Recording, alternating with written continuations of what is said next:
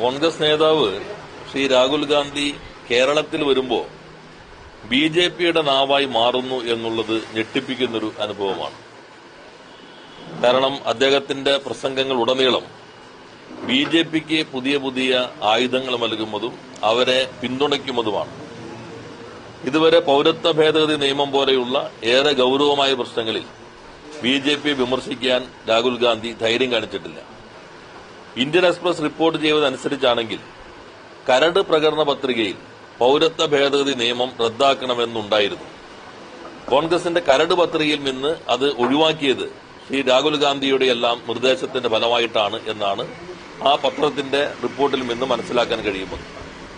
ഇപ്പൊ കഴിഞ്ഞ ദിവസം അദ്ദേഹം പറയുകയുണ്ടായി, അന്വേഷണ ഏജൻസികൾ 2 മുഖ്യമന്ത്രിമാരെ അറസ്റ്റ് ചെയ്തു, എന്തുകൊണ്ട് കേരളത്തിലെ മുഖ്യമന്ത്രിയെ ആ രൂപത്തിൽ ഇഡി കൈകാര്യം ചെയ്യുന്നില്ല?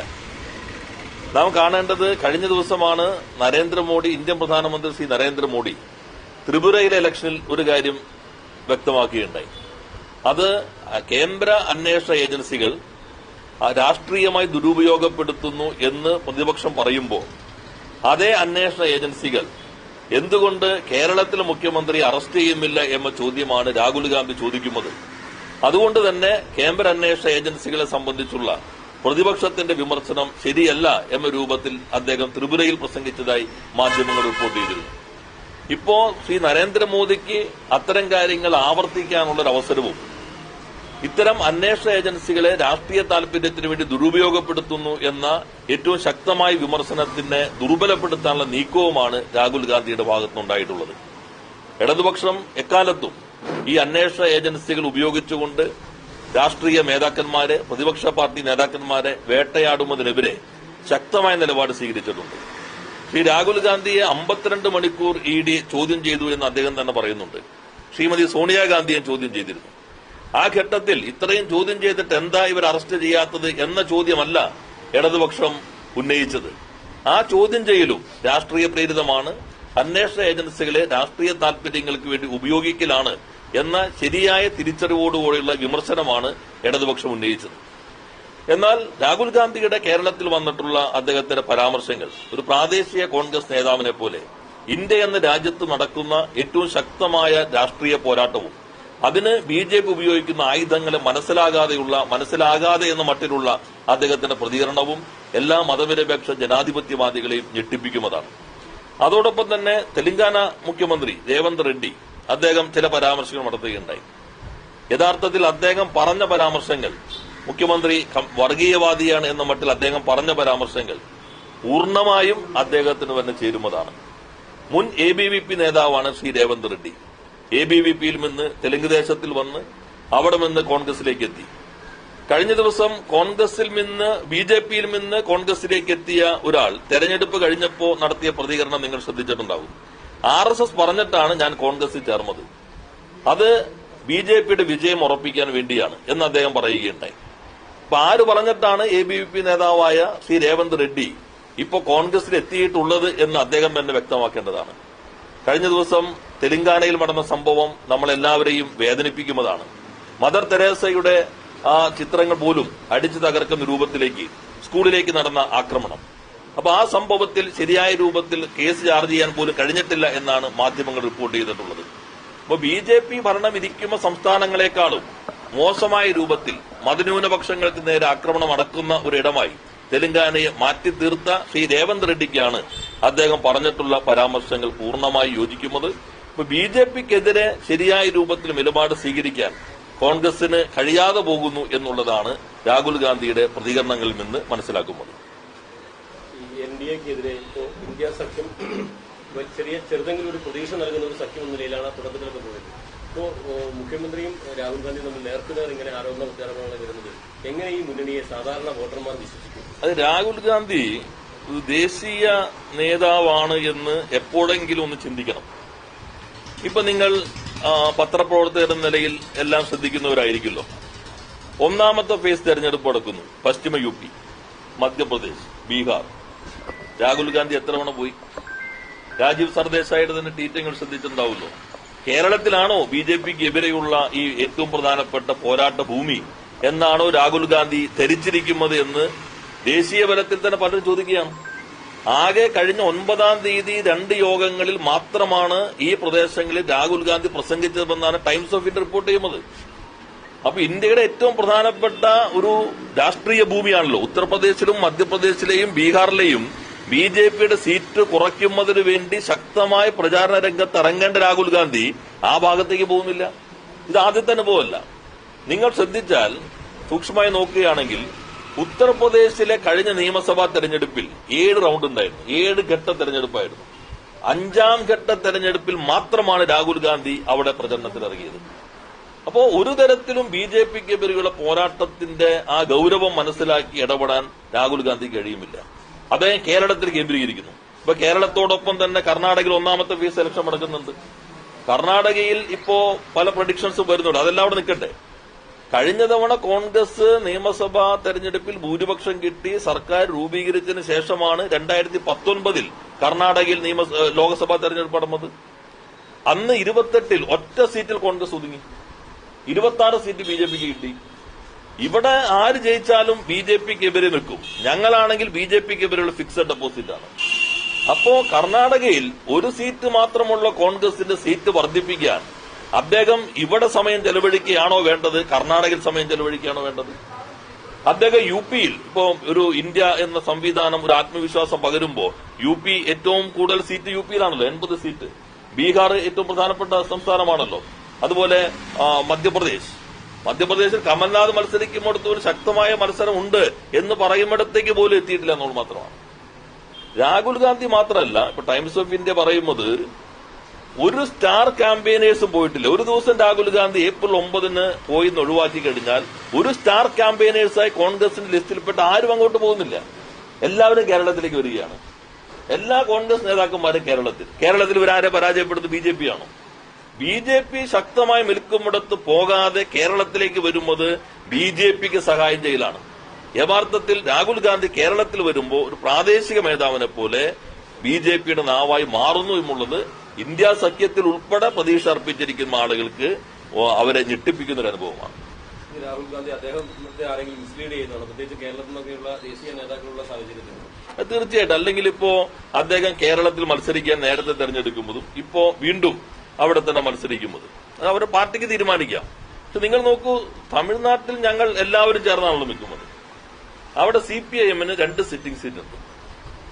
അതിൽ കോയമ്പത്തൂര് ബിജെപിയുടെ സംസ്ഥാന പ്രസിഡന്റ് മത്സരിക്കുകയാണ്.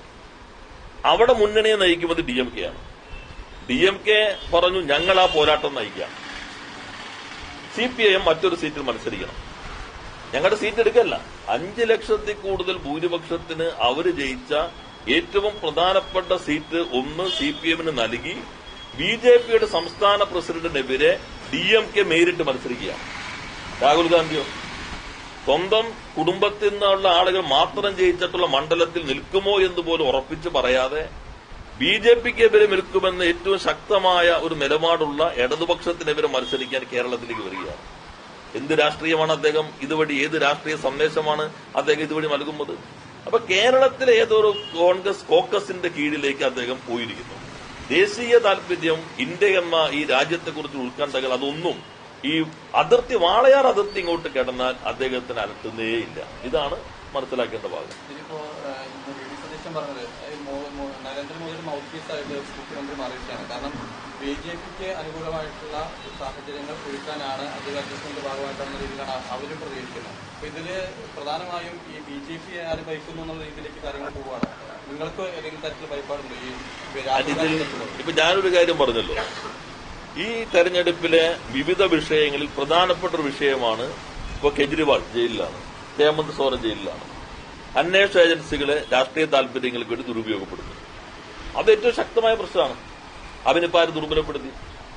നരേന്ദ്രമോദിക്ക് ത്രിപുരയിൽ പ്രസംഗിക്കാൻ ആയുധമാര് കൊടുത്തു? രാഹുൽ ഗാന്ധി. അപ്പൊ ആരാണ് നരേന്ദ്രമോദി എന്ന പ്രധാനമന്ത്രിയുടെ മൗത്ത് പീസ്? കേരളത്തിൽ വരുമ്പോൾ രാഹുൽ ഗാന്ധി. അപ്പൊ രാഹുൽ ഗാന്ധിയെ കൊണ്ട് കേരളത്തിലെ കോൺഗ്രസ് ചെയ്യുന്നതായിരിക്കാം. എങ്കിൽ അദ്ദേഹം ഒരു പക്വതയുള്ള മേധാവാണെങ്കിൽ മനസ്സിലാക്കി നിലപാട് സ്വീകരിക്കേണ്ടതല്ലേ? പ്രധാനമന്ത്രിക്കും BJPക്കും പറയുന്നതിനുള്ള ഒരു ആയുധവും പ്രതിപക്ഷമാകെ ഉയർത്തിയിട്ടുള്ള പ്രധാനപ്പെട്ട ഒരു വളരെ ഗൌരവമായ പ്രശ്നത്തെ ദുർബലപ്പെടുത്തുന്ന സഹായവും കോൺഗ്രസ് കേരളത്തിൽ ചെയ്യുന്നു എന്നുള്ളതാണ് മനസ്സിലാക്കേണ്ടത്. മാത്രമല്ല, പറഞ്ഞിരുന്നു CPIM മെട്രോ ബോണ്ട് വാങ്ങിയിട്ടുണ്ട്, അതിന് തെളിവുണ്ടെന്നുള്ളത്. അപ്പോൾ CPM മെട്രോ ബോണ്ട് വാങ്ങിയിട്ടുള്ള തെളിവുണ്ട്. ഇത് നമ്മൾ പബ്ലിക് ഡൊമൈനിലില്ലേ? സുപ്രീം കോടതിയുടെ ജഡ്ജിമെന്റ് പബ്ലിക് ഡൊമൈനിലുണ്ട്. അതിലൊരു പ്രധാനപ്പെട്ട കക്ഷി CPM ആണ്. CPM-ന് ഇന്ന് സീതാറാം യെച്ചൂരി പ്രസംഗം കേട്ടത് നിങ്ങൾ ഒരു ഭാഗം ശ്രദ്ധിച്ചിട്ടുണ്ടാവും. CPM-ന് ലോക്കൽ സ്റ്റാൻഡ് ഉണ്ടോ എന്ന ചോദ്യം ഒരു ഘട്ടത്തിൽ വന്നു. കാരണം മറ്റ് സംഘടനകളാണ്, സന്നദ്ധ സംഘടനകളാണ്. അപ്പൊ അതിൽ ചീഫ് ജസ്റ്റിസ് തന്നെ പറഞ്ഞ കാര്യം സീതാറാം യെച്ചൂരി ഉദ്ധരിക്കുകയുണ്ടായി. അത് കോടതി റിപ്പോർട്ട് ചെയ്ത ആളുകൾക്കും അറിയാം. ഇന്ത്യയിൽ ഈ ബോണ്ട് വാങ്ങിക്കാത്തൊരു പാർട്ടി CPM ആണ്. അതുകൊണ്ട് അവർക്ക് ഇത് ചോദ്യം ചെയ്യാൻ പൂർണ്ണമായിട്ടുള്ള ലോക്കൽ സ്റ്റാൻഡ് ഉണ്ട്. അതാണ് സുപ്രീം കോടതി വ്യക്തമാക്കിയിട്ടുള്ളത്. അതൊക്കെ ഒന്ന് മനസ്സിലാക്കുക നന്നായിരിക്കും. നമ്മൾ ഓരോ സ്ഥാനത്തിരിക്കുമ്പോൾ പറയുന്ന കാര്യങ്ങൾ ഇതെല്ലാം പബ്ലിക് ഡൊമൈൻ ലഭ്യമാണ് എന്ന് മനസ്സിലാക്കുമ്പോൾ നന്നായിരിക്കും. രാഹുൽ ഗാന്ധി CM-നെതിരെ ഉയർത്തുന്ന വിമർശനം, പ്രത്യേകിച്ച് എന്തുകൊണ്ട് ജയിലിലടച്ചില്ല എന്നുൾപ്പെടെയുള്ള വിമർശനം തിരുത്തിയില്ലെങ്കിൽ തെരഞ്ഞെടുപ്പിന് ശേഷം രാഹുൽ ഗാന്ധിയുമായി സഹകരിക്കാൻ ബുദ്ധിമുട്ടാവുന്ന നിലപാടിലേക്ക് CPM മാറുന്നു. ഇത് ഒന്ന് മനസ്സിലാക്കേണ്ടത്, ഇപ്പോ അരവിന്ദ് കെജ്രിവാളിനെതിരെയുള്ള കേസ് അതാദ്യം പരാതി കൊടുക്കുന്നത് കോൺഗ്രസ് ആണ്. സ്വസാദി അറസ്റ്റ് ചെയ്ത് കഴിഞ്ഞപ്പോ ജയിലിലടച്ചു. അപ്പോ കോൺഗ്രസിന്റെ ഡൽഹി ഘടകത്തിന്റെ ചോദ്യം, കെജ്രിവാളിനെ എന്തുകൊണ്ട് അറസ്റ്റ് ചെയ്യുന്നില്ല? കോൺഗ്രസ് ആണ്. അപ്പൊ കോൺഗ്രസ് ഓരോ പ്രദേശത്തും അവരവരുടെ ചില താല്പര്യങ്ങൾക്ക് വേണ്ടിയാണ് നിൽക്കുന്നത്. ഇപ്പൊ ഭയപ്പെടുത്തി കീഴ്പ്പെടുത്തുന്നത് ആരെ? ഇപ്പൊ നോക്കൂ, നമ്മളെല്ലാം കാണുന്നുണ്ടല്ലോ, ആസാം മുഖ്യമന്ത്രി അദ്ദേഹം കോൺഗ്രസ് നേതാവായിരുന്നല്ലോ. ശാരദ ചിറ്റ് സ്കാം വന്നു, അദ്ദേഹം നേരെ അപ്പുറത്തേക്ക് പോയി. ഇപ്പൊ നോക്കൂ, അശോക് ചവാന്റെ കണ്ടില്ലേ? അശോക് ചവാന്റെ തന്നെ ഇവിടെ മുൻ പ്രതിപക്ഷ മേധാവ് ശ്രീ രമേശ് ചെന്നിത്തല പേരെടുത്ത് പറഞ്ഞു എന്ന് പറഞ്ഞ് വിഷ്ണുനാഥ് MLA പരസ്യമായി പറഞ്ഞില്ലേ, എനിക്ക് ജയിലിൽ കിടക്കാൻ വയ്യ എന്ന് പറഞ്ഞു. രാഹുൽ ഗാന്ധി പറഞ്ഞില്ലേ, കരഞ്ഞിട്ടാണ്. അപ്പോ ആ ഭയപ്പാട് അവർക്കുണ്ടാകുന്നു എന്നുള്ളതാണ്. യഥാർത്ഥത്തിൽ ഇന്ത്യ എന്ന സംവിധാനം വിവിധ സംസ്ഥാനങ്ങളിൽ BJP-ക്കെതിരെ വരുന്നു എന്നത് നല്ല ആത്മവിശ്വാസം ജനങ്ങൾക്ക് സൃഷ്ടിച്ചിട്ടുണ്ട്. അപ്പോ ഉത്തരവാദിത്തമുള്ള ഒരു രാഷ്ട്രീയ നേതൃത്വം എന്ന നിലയിൽ കോൺഗ്രസ് ചെയ്യേണ്ടത് എന്താണ്? BJP-യുടെ സീറ്റ് കുറയ്ക്കണം. BJP-ക്ക് എതിരെയുള്ള പാർട്ടികളുടെ സീറ്റ് കൂട്ടണം. അതിനെ എവിടെ കേന്ദ്രീകരിക്കണം? അതിലിപ്പോ കേരളത്തിൽ BJP-ക്ക് സീറ്റില്ല, ഇവിടെ കുറയ്ക്കേണ്ട കാര്യമില്ല. ഇവിടെ LDF-ഉം UDF-ഉം BJP-ക്ക് എതിരാണ്. UDF എവിടെ നിൽക്കും അവിടെ ചെല്ലുമ്പോൾ സംശയം ഒഴിവാക്കി കഴിഞ്ഞാൽ അപ്പൊ പിന്നെ എവിടെ രാഹുൽ ഗാന്ധി കേന്ദ്രീകരിക്കണം? എവിടെ ഈ നേതൃത്വം കേന്ദ്രീകരിക്കണം? ഒന്ന് UP. എന്തുകൊണ്ട് കേരളത്തിലും തമിഴ്നാട്ടിലും ഉൾപ്പെടെ പ്രധാനമന്ത്രി വരുമ്പോൾ സീറ്റ് കിട്ടുമെന്ന് വിചാരിച്ചിട്ടില്ല. അവിടെ സീറ്റ് കുറയും നോർത്തിൽ. ഇവിടെ വോട്ടെങ്കിലും കൂട്ടാൻ പറ്റുമോ? ഇതാണ് BJP നോക്കുന്നത്. ഉത്തരവാദിത്തമുള്ള രാഷ്ട്രീയ നേതൃത്വമാണ് കോൺഗ്രസും ശ്രീ രാഹുൽ ഗാന്ധിയെങ്കിൽ അവർ UP കേന്ദ്രീകരിക്കണം. മഹാരാഷ്ട്ര നല്ലൊരു അന്തരീക്ഷം വരുന്നുണ്ട്, അവിടെ കേന്ദ്രീകരിക്കണം. ബീഹാർ ഈ നിതീഷിന്റെ ഇതിനു ശേഷം അദ്ദേഹം ഇപ്പോ റാലിയിൽ പോലും പങ്കെടുപ്പിക്കുന്നില്ല വാർത്തകൾ വരുന്നു, മോഡി റാലിയിൽ പോലും. അപ്പൊ അങ്ങനെ ഒരു ഡിസ്കണ്ടന്റ് ഉണ്ട്, അതിനുവേണ്ടി അവിടെ കേന്ദ്രീകരിക്കണം. ഒപ്പം തന്നെ ഞാൻ നേരത്തെ പറഞ്ഞു, ദക്ഷിണേന്ത്യയിൽ BJP-ക്ക് അക്കൗണ്ട് തുറക്കാൻ കഴിഞ്ഞ സംസ്ഥാനം ഒന്ന് കർണാടകയും മറ്റൊന്ന് തെലങ്കാനയുമാണ്. രണ്ട് സ്ഥലത്ത് അവരാണ് ഭരിക്കുന്നത്, അവിടെ അല്ലേ കേന്ദ്രീകരിക്കണ്ടേ? ദേശീയ രാഷ്ട്രീയം വിട്ടാൽ രാഹുൽ ഗാന്ധിയുടെ സാന്നിധ്യം കേരളത്തിൽ LDF-ന്റെ സീറ്റ് കുറയ്ക്കുമോ? LDF-ന്റെ സീറ്റ് കൂട്ടാനാണ് സാധ്യത. കാരണം ഇവര് BJP-യുടെ നാവായി മാറുന്നു എന്നറിയുമ്പോൾ ഇപ്പൊ പൌരത്വ ഭേദഗതി നിയമം എന്തുകൊണ്ട് അതിനെ സംബന്ധിച്ച് നിലപാട് വ്യക്തമാക്കുന്നില്ല? ഏത് പ്രശ്നത്തിലാണ് കോൺഗ്രസിന് വ്യക്തമായൊരു നിലപാടുള്ളത്? കഴിഞ്ഞ ലോക്സഭാ തെരഞ്ഞെടുപ്പ് കഴിഞ്ഞപ്പോ 52 പേരെ ആകെ കോൺഗ്രസിന് ജയിച്ചുള്ളൂ. ഇപ്പോ 46 ഉള്ളൂ അവശേഷിക്കുന്നത് ലോക്സഭയിൽ. നേരത്തെ കോൺഗ്രസ് പ്രധാന പാർട്ടിയായിരുന്നു, ഇപ്പൊ കോൺഗ്രസ് പല പാർട്ടികളൊന്നു മാത്രമാണ് കോൺഗ്രസ് എന്നുള്ളത്. അപ്പൊ അത് മനസ്സിലാക്കി ഒരു നിലപാട് സ്വീകരിക്കാൻ കോൺഗ്രസിന് കഴിയണം. ഇവിടെയല്ല BJP-ക്കെതിരെയുള്ള ഏറ്റവും പ്രധാനപ്പെട്ട പോരാട്ടം ഇന്ത്യയിൽ നടക്കുന്നത് കേരളത്തിലാണ് എന്നൊരു അബദ്ധ ധാരണയിൽ രാഹുൽ ഗാന്ധിയെ പോലൊരാൾ നിൽക്കുന്നു എന്നുള്ളത് എത്രമാത്രം പരിഹാസ്യമാണ്.